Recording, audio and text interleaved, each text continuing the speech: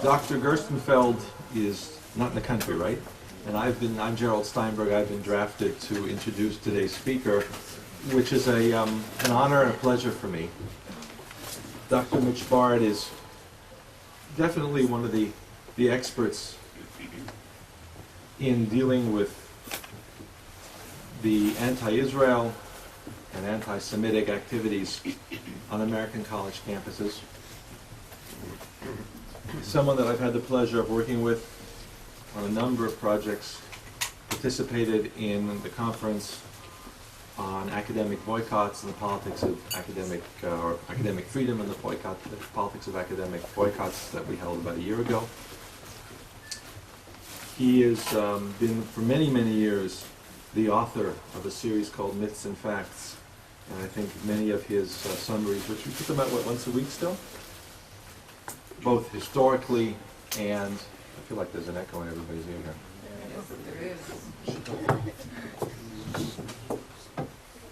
Both historically and in terms of current events, very important means of focusing on the arguments that are made. The myths are usually more dominant than the facts, as we know, particularly in dealing with both the media and campus propaganda against Israel. And the fact that Mitch has continued to work on this after he was the editor of the Near East Report for AIPAC for a number of years. He's the director of the Jewish Virtual Library. If you go to Google and there's something that you need to look up both in terms of Israel, his history, or in terms of Jewish issues, historical, factual texts, the Jewish Virtual Library is a tremendous addition in the land of Google and Internet. In many ways, it's the Wikipedia, and I think I say that in a positive way. I'm not sure of the Jewish Wikipedia. He's a foreign policy analyst, lectures frequently on U.S. policy in the Middle East. He's also the director of the American-Israeli Cooperative Enterprise, which is a number of activities that are designed to improve the quality of teaching about Israel on U.S. campuses, both in terms of supporting graduate studies, research, and also bringing faculty members over. And I can't think of anybody who would be better to give us an overview of the current status and also the background to the political warfare that's being waged against Israel on American campuses. I was recently at a meeting with European officials. We had a number of people talking about the Durban process, the attempt to demonize Israel, not only for its policies, but Israel for existing as a Jewish democratic state, as if there was something different about Israel compared to other nations. And I made the comment that while in Europe this type of rejectionism of Israel, and really in many cases a growing attempt to reverse the 1947 partition framework and say, well, if only Israel didn't exist, all our problems would be solved. And I said, that's not true in the United States, and then I corrected myself and said, except on a lot of American college campuses. Now that may be an exaggeration, but the challenges that exist in terms of dealing with Israel, teaching and doing research about Israel in a professional academic way, the distortions of the academic process on American college campuses, specifically with respect to singling out Israel, are issues that many of us, I think all of us in this room, know something about.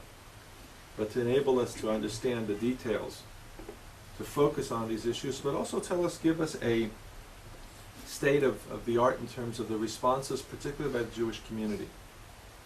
Those are all very important issues. It's extremely important for this group in terms of the agenda.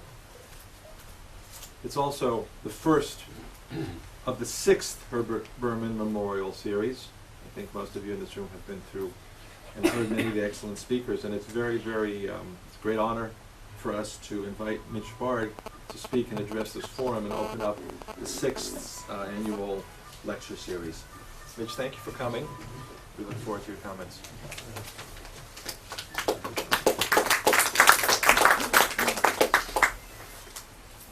Thank you very much all for coming. I'm sorry Manfred couldn't come. It was very nice of him to invite me a little bit at the last minute. Nice of you to all come out on a rainy day. It's hopefully no coincidence, but I'm working on a book right now, and just the chapter I finished this week while I was here was all about the water issue. So this helped clarify it more for me. I appreciate Gerald's kind words. Gerald's been very active in a lot of what we're trying to do and being very helpful. I speak at a lot of college campuses around the country, and one of the most frightening things is how many young Jews today actually say that they are embarrassed by Israel. Embarrassed by Israel. Can you imagine such a thing? One problem, I think, is that the Jewish community in the United States, and I think many Israelis as well, have completely misinterpreted the problem that we have on American college campuses. That the highly publicized incidents, such as the mob that surrounded Jewish students at San Francisco State, the shouting down of Bibi at Concordia, the guerrilla theater that goes on with apartheid walls and other kinds of theatrics among the students, have given this impression that American college campuses are on fire and that we need to put this fire out, and they're raging with anti-Semitism. And it's true that you may see a swastika on a Hillel building occasionally. A Jewish student might hear a slur against Jews from time to time, but there are very few instances of classic anti-Semitism that Jewish students encounter on American campuses.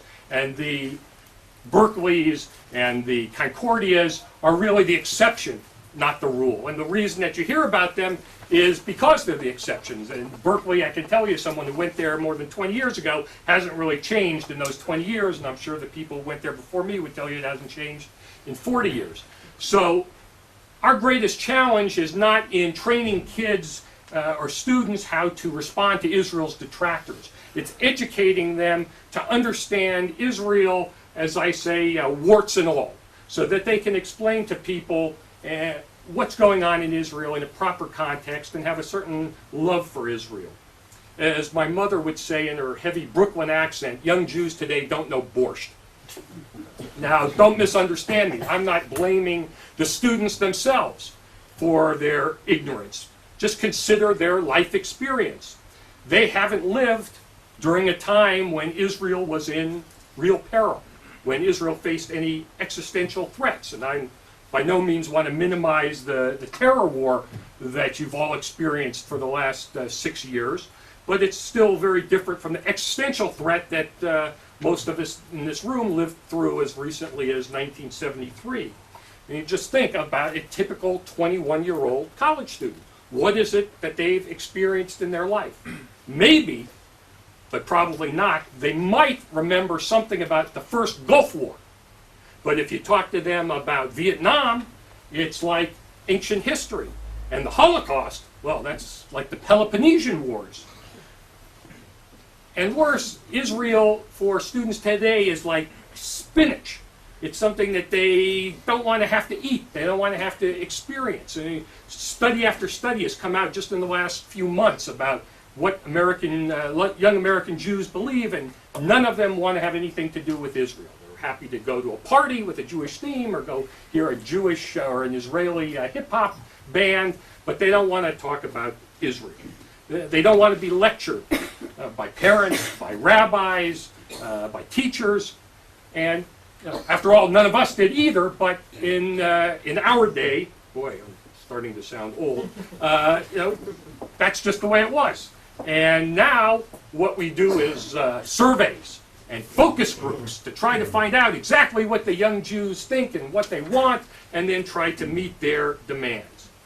All of you in this room have a basic understanding of what's right and wrong, but more and more you find that those critical thinking skills are not being instilled in young American Jews, so that they have this Tevye-like reaction to things, especially among, I would say, the liberal progressives, or the ones who self-define themselves as such. And so they'll say, on the one hand, yes, the Palestinians may do some bad things, but on the other hand, so do the Israelis. And so they can't make basic moral distinctions, so that if they see, for example, a cartoon, as I saw, that equated settlers and suicide bombers, they can't recognize that there's really any difference. Jews also are not being taught the alphabet of Jewish history in their schools, even in the Jewish day schools. I can tell you that my kids go to what's considered one of the best day schools in the United States. I think it's the largest non-Orthodox day school. And over again, I hear people say, no one learns about Israel.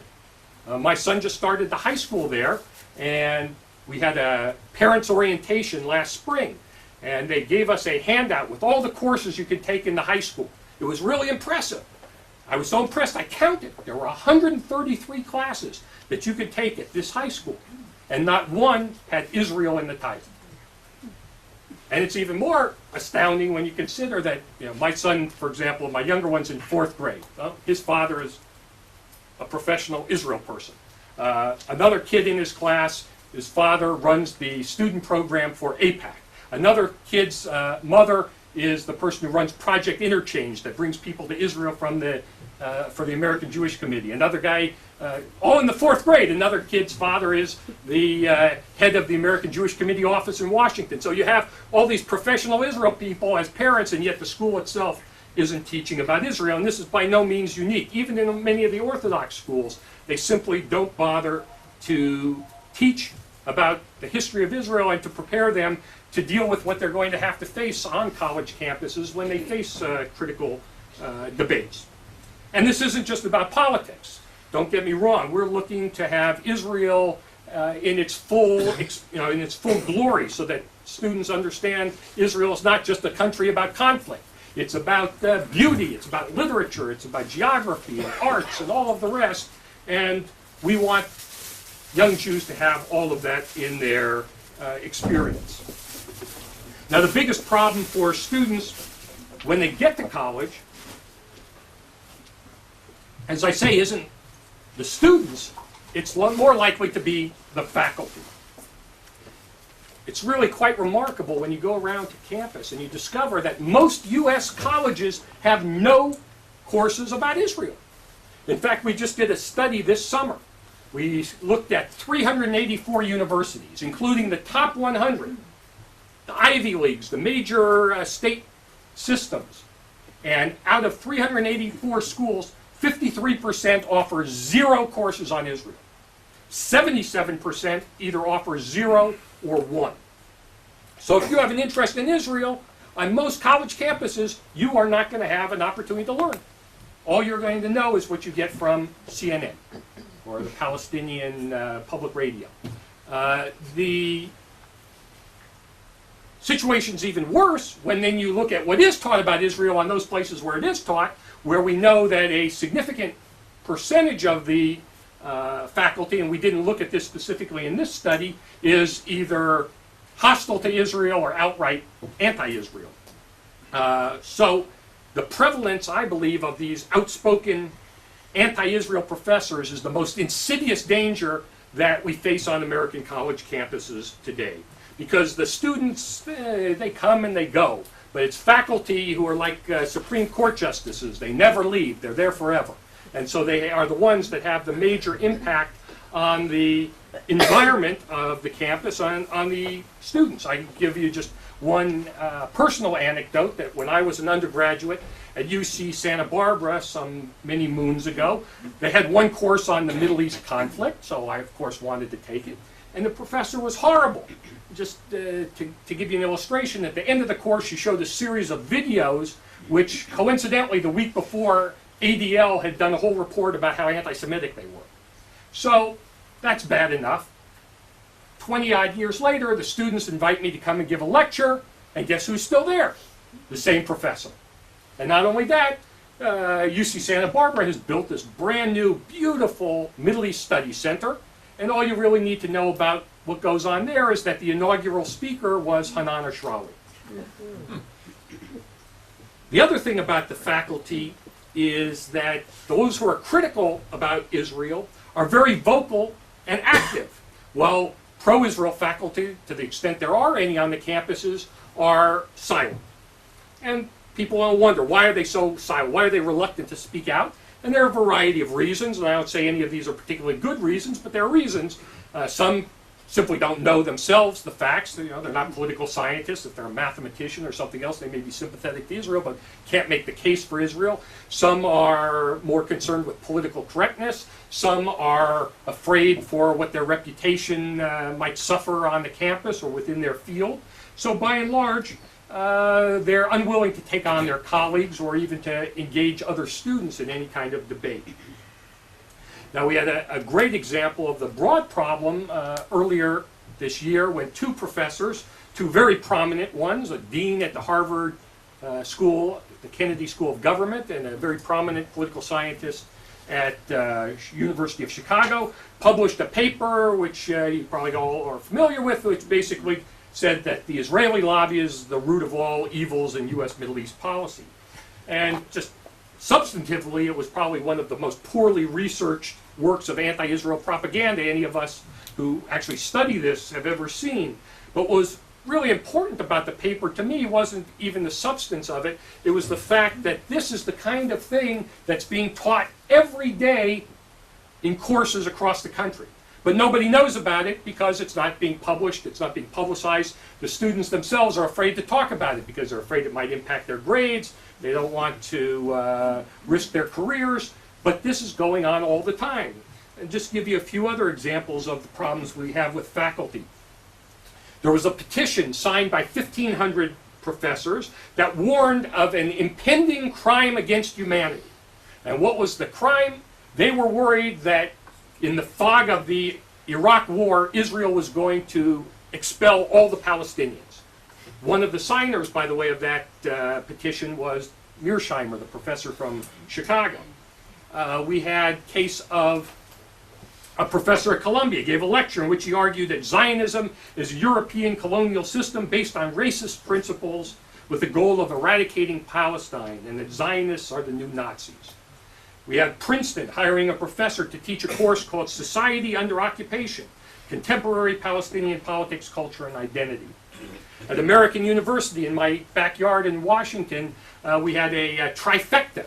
We had three professors. We had one who had a map of the Middle East that he handed out in class that was missing one particular country that we know and love. A second professor who was teaching an anthropology course, which gave out as a textbook, a comic book, which could be fairly compared to Der Stürmer.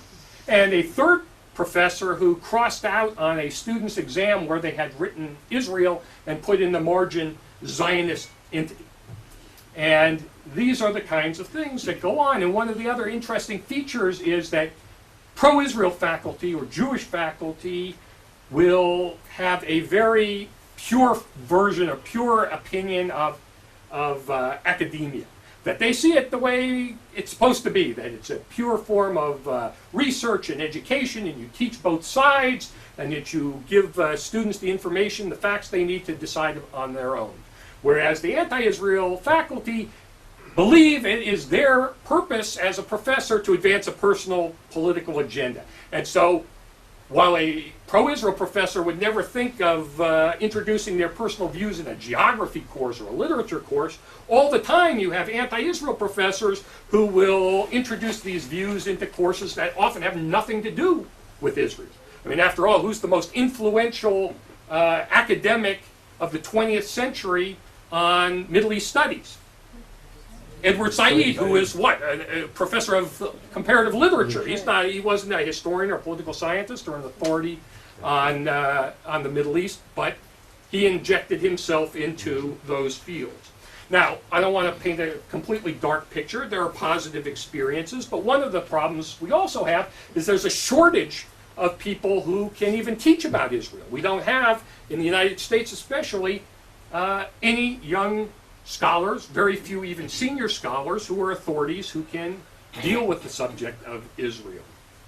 I'm chair of the task force on academic affairs for something called the Israel on Campus Coalition, which was created a couple of years ago by the Schusterman Foundation as a kind of umbrella organization for all the for all the Jewish organizations that do anything on campus. It's everything from ZOA on the right to Peace Now on the left, the religious movements, AIPAC, AJ Committee, all of them. And we've been trying to figure out what we can do about the faculty problem, and I wrote a paper about it a couple of years ago. It's a long-term project. It's not something that we can solve overnight because there are certain ingrained aspects of the academic structure that make it very difficult, if not impossible, to actually change a lot of the aspects. There's the notion of academic freedom, which is interpreted today as basically a license to say whatever you want about Israel. You could never say the kinds of things about other ethnic minorities, for example, that you can get away with if you use Israel or Zionist instead of an ethnic minority.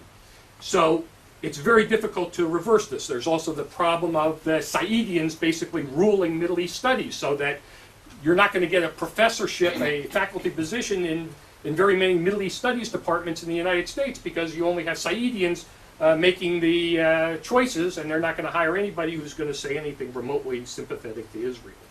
Now, rather than trying to fight these endemic structures, I've tried to take a positive approach. Rather than attacking the anti-Israel faculty, who I think you can attack on the merits of their scholarship, but you're not going to silence, because every time we come out as trying to oppose some anti-Israel academic, it always comes down to a free speech fight that we inevitably lose. So my preference is that we take a positive approach. So my organization, the American Israeli Cooperative Enterprise, is trying to do a number of things. We created what we call the Israel Scholar Development Fund to first identify U.S. and Israeli scholars who can be placed in university settings as visiting professors to teach for a year 4 courses, 2 on modern Israel. We offer the universities grants to allow them to hire visiting scholars, and what I'm here doing this week is meeting some of the potential scholars that we hope to bring next year. We also are trying to identify students who want to become Israel scholars. As I said, there's very little incentive for someone to want to get a PhD studying Israel if no jobs exist and no one will hire them. We're offering scholarships to students to encourage them to try to pursue degrees in Israel studies. And I'm also trying to develop a more strategic, broad plan for how we can advance Israel studies across the country, and to avoid certain mistakes that have been made by philanthropists, and to alert philanthropists to this problem. I mean, Jews have been among the most generous, of course, in the world to universities. Every building on campuses often has a Jewish name on it. And we're trying to tell them, let's start investing in people instead of just buildings. But one of the problems is if you don't understand the university structure and the mentality, you can make tragic errors. And the classic one that I always talk about is at Berkeley, where a very wealthy family, a very pro-Israel family, said, Berkeley's a problem, it's always been a problem, we're going to fix it. Here's $5 million for an endowment for a visiting Israel scholar. Berkeley said, thank you very much, put the most anti-Israel professors on the search committee, and then chose a post-Zionist as the visiting Israeli scholar. So, it's a problem. Now, my organization gave our first grants. It's a new program. Our first grants last year, we gave 2. One to have Barry Rubin from the IDC, went to American University, and Aaron Kleinman from Tel Aviv went to UCLA. Part of the idea was for them to plant seeds to show that if you have an Israeli scholar on campus, that it makes such a positive impact that the university will want to have one long term, and that the community, the Jewish community, will want to invest in making that possible. And it worked very well at both. At American University, they now have an endowment for a scholar, and at UCLA, they have endowments for 2 visiting, or for 1 visiting and 1 permanent scholar. So there are some positive things going on, and I could talk more about that if you like. So, and what I'm proposing also is not some revolutionary idea. There's a precedent for it. We did the same thing in America in the case of Holocaust and Jewish studies. It wasn't so long ago that if you wanted to study Jewish history, you wanted to study the Holocaust, you couldn't do that either in an American university. So with the help of philanthropists, they began to endow chairs and create departments, and now Holocaust and Jewish studies is a very burgeoning and successful field. The Arabs long ago recognized that this was a path to influence, that they can't beat us in Congress where we're too influential, but they can beat us on campuses. So Saudi Arabia can drop $20 million as they did this year on both Harvard and Georgetown, and they can endow professorships and be assured that those people teaching those courses are going to reflect their point of view. And where do the people get their training? Where do the future leaders of this country, the journalists, the decision makers get their training? It's at the places like Berkeley and Columbia where we have the biggest problems. So I don't believe we can afford to waste any more time before investing in our future. If we don't start to educate Jewish young people in America immediately, I think all of those dire predictions about the future of American Jewry will become self-fulfilling prophecies. I don't believe it's too late, and with the help of people like you in this room, I think that we can succeed. Thank you.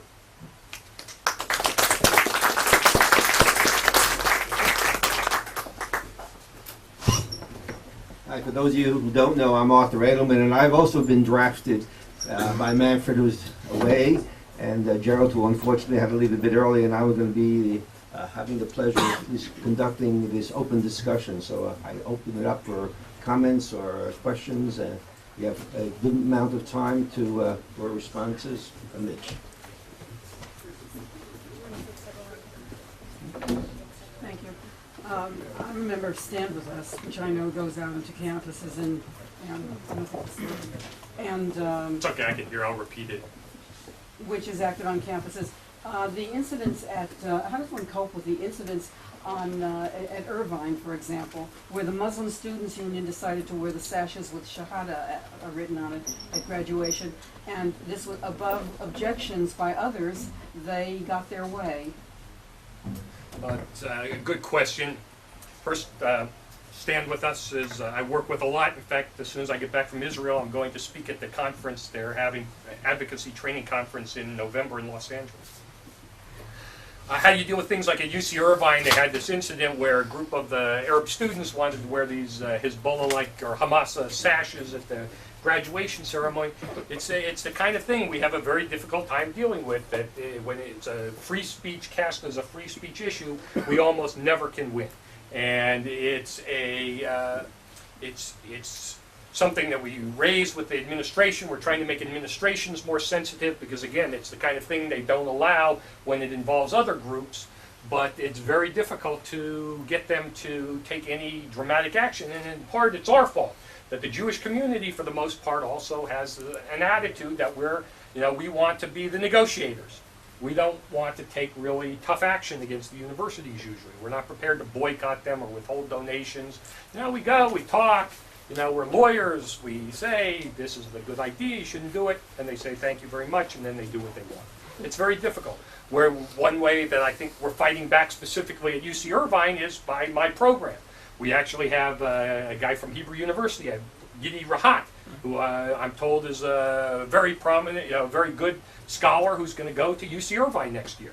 And he's going to make a huge difference. Just having one person on a campus like that where the pro-Israel students, the Jewish students, have someone they can go to when they see what's going on the campus, and they can vent and they can exchange ideas. And when they say, oh, the professor in this other class said in 1948 Israel attacked the Arabs, they have somebody who can correct the record. But a lot of these things are very difficult to address. But on the other hand, we can't get hysterical about every particular anti-Israel incident that goes on. That not everything requires a response. That there are a lot of things that the Arabs do which are disturbing but don't make an impact, that very few people participate in. To give you an example, you have these apartheid walls. They'll build a mock wall or a mock checkpoint and say, look at what the Israelis are doing. And our reaction, this is horrible. All the students are going to think the Israelis are building this apartheid wall. That's not the way most students think. Most students think, why are these nudniks building this thing in my way? I'm trying to get to class. Get out of my way. Most American students, you got to understand, don't care about Israel. They don't care about the Middle East. They don't care about anything about how they're going to get into law school or medical school or business school and how much money they're going to make. They're largely apathetic. So we have to be very strategic in picking our battles and knowing when something is really going to have an impact on a campus and when it may not. And there are certain things that I think we don't need to respond